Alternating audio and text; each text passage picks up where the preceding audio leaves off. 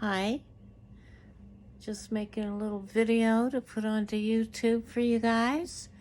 I'm going to be doing some reading of the cards.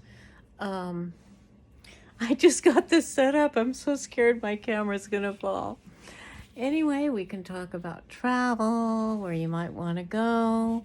I have some ideas. I know I can get it intuitively on where you need to go, when you want to travel. Might not want to travel right this minute, but maybe soon. So, first, I do a little bit of grounding. I usually use my harmonica as well, but it's in the other room just when I get all set up here. And I play with my crystals. I have some nice pieces. Quartz. I feel drawn to it the most, and it's supposed to really amplify the good properties of the other stones. So I normally put it in the middle of the stones that I use for keeping the chakras clean for meditation. I love the lapis.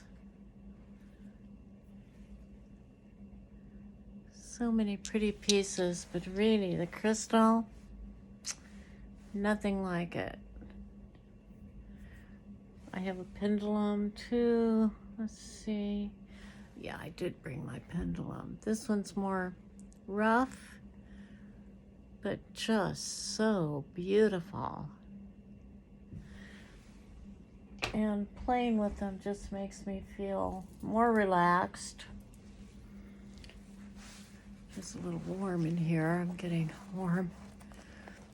And I often keep my mother's ring on. She's on another plane now. I had the most interesting experience, one of the most interesting experiences of my life. Let's see, my cousin passed on the 13th of October, and 3 days later, I saw her, but I'll tell you, what she used to do. 3 times a day, she would raise her hands to heaven to give God her love, to just remember to be grateful, basically. And I was living with her for 6 months before she passed. And she would do that. And so when she passed, I decided every time I thought of her, I would raise my hands to heaven. So on the 3rd day, I saw her beautiful face looking down, and I just saw it once. It was honestly almost too bright to look at. Not that it hurt my eyes, and I have light sensitivity, so that was sort of surprising that I could look at her face. And the remarkable thing was, not only was she very happy, which I figured she would be because she'd always been very spiritual, done a lot of meditation. Every day at 3, she'd do it for an hour or 2. Anyway, I thought, well, if anyone dying is going to be close to God, it would be her. I had thought that many times. She had had breast cancer twice like I did, and she'd got through that in her 40s, and then she ended up getting bone cancer. So she was in a lot of pain right before she died, except that she did get medication. So anyway, I look up, I see her sweet face, which I can show you. The thing is, she wrote a book. Now that I'm all set up, everything seems just out of reach. Anyway, she wrote a book, and it was about getting over her cancer and coming through it. And her face is on the cover. And it was that face, only older, that I saw. But the remarkable thing was that she was sitting on the lap of God. And their white robes were so extremely bright. And they were all intertwined. Her robes were intertwined with God's. And God was a man. That sort of surprised me later when I thought about it. It was a man, but it wasn't a face I could say I really recognized. But I knew it was God without a doubt. I just recognized my cousin's face. I mean, the face didn't look like Jesus. Let's put it that way. Anyway, so it was one of the 7 visions that I've had in my life that were waking visions where it just seemed totally, totally real. I wasn't sleepy, nothing like that. Just a vision of her. It was really touching. Anyway, first I want to pull an affirmation card. My sweet daughter-in-law got me these cards and some books. Okay, the one I'm pulling is, big dreams do happen to ordinary people, and I'm so ready and capable of making this one come true. Well, that's a little freaky because, it's my dream, and I hope this reading has some meaning for you as well. I normally in the morning pull 3 cards to see what's going on. I'm a Libra. I'm going to pull them for me right now, and then I'm going to pull some for you.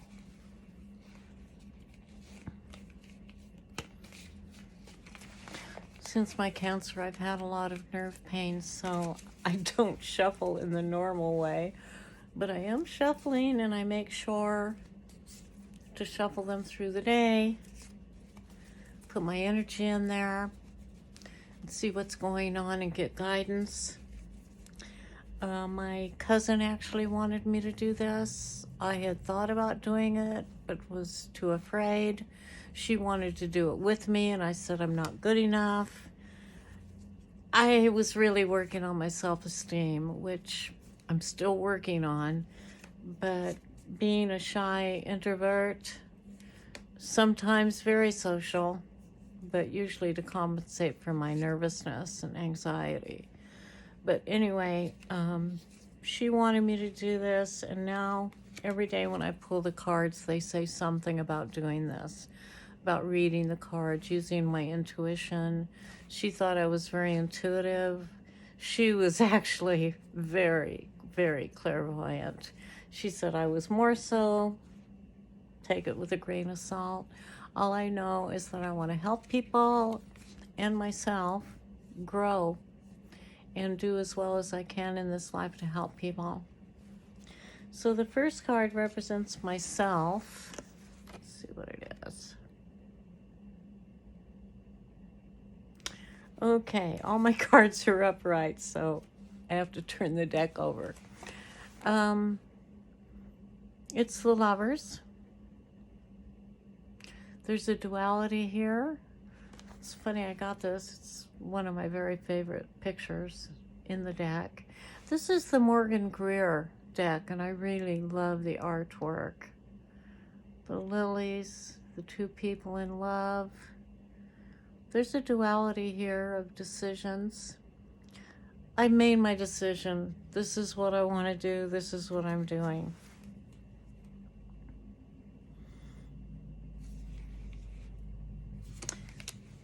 The obstacles, I get this almost every day. King of Swords in my past. It's sort of for me, it's sort of a harsh energy. It reminds me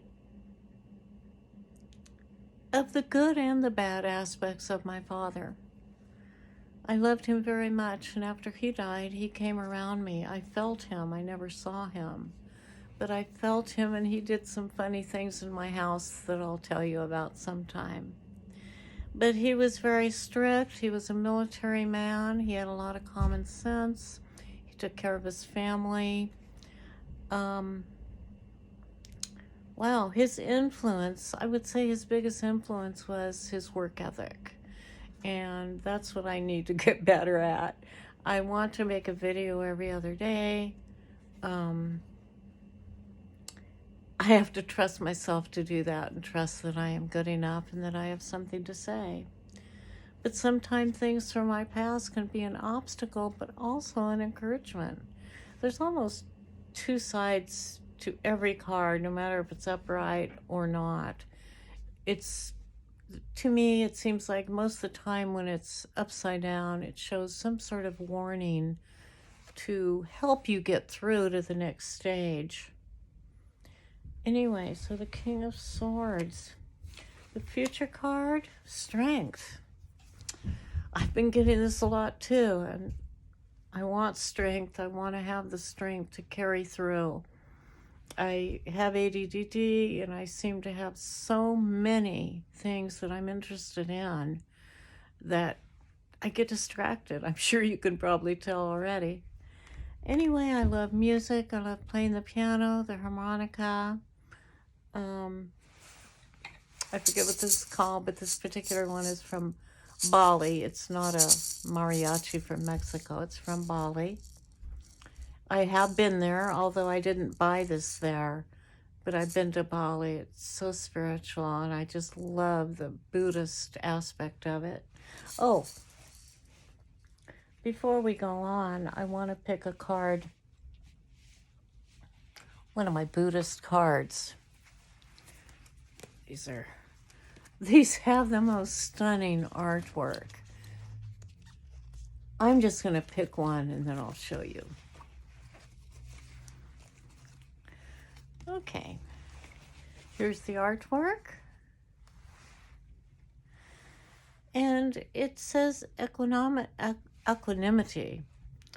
I find hope in the darkest days and focus in the brightest. I do not judge the universe. That's the Dalai Lama. The darkest days, focus on the brightest.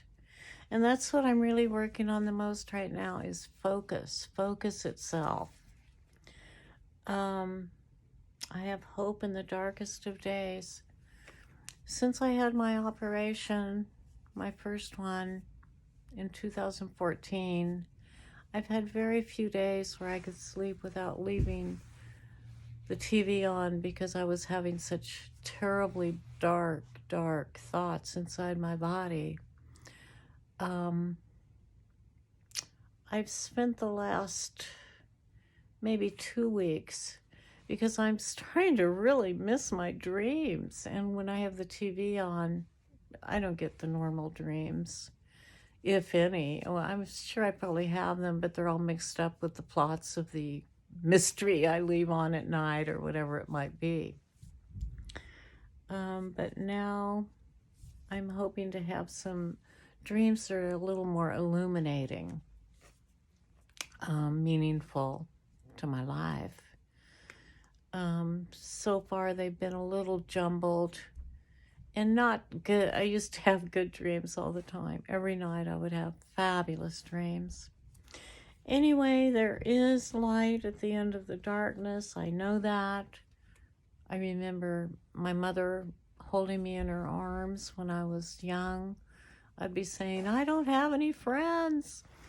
And she would hold me and she'd say, everything will look better in the morning. It'll be okay. You have friends. And she would be very comforting. I have to read this because I saw it. Unconditional love. And she loved her family so much. Not that she was perfect. To love means to cherish, to be compassionate, to be of service, to be tolerant, and to be wise. And that's the Venerable Master Sing Young. And this is the beautiful picture. A mother's love for her child. So beautiful. So the Buddhists, yes, the Buddhists in Bali had a big impact on me. And then I lived in Cambodia quite a while. And sweetest people on earth, Bali. And Cambodia. I mean, I love the people of Mexico, of course, but there was a spirituality that I connected with, the Buddhism. I've only been to Japan to the airport, but I could even feel the spirit there. I could feel the energy. So I just remembered my granddaughter's supposed to come, and I'm taking her to see a little friend because my son he just got boosted and is a little bit under the weather. So I had forgot that before I did the reading. So I'm going to come back after I bring her to her friend, and that way I can concentrate and focus and give a nice reading for you. Then I'll just put these 2 videos up together today. And I send love and light to everyone and hope you're doing great. I feel amazing. I thought I'd be dead in 2016, but I lived. Anyway, I'm still here, and I feel like this is part of the reason. So I love you, friends. Take care of yourselves. Much peace and happiness to all of you.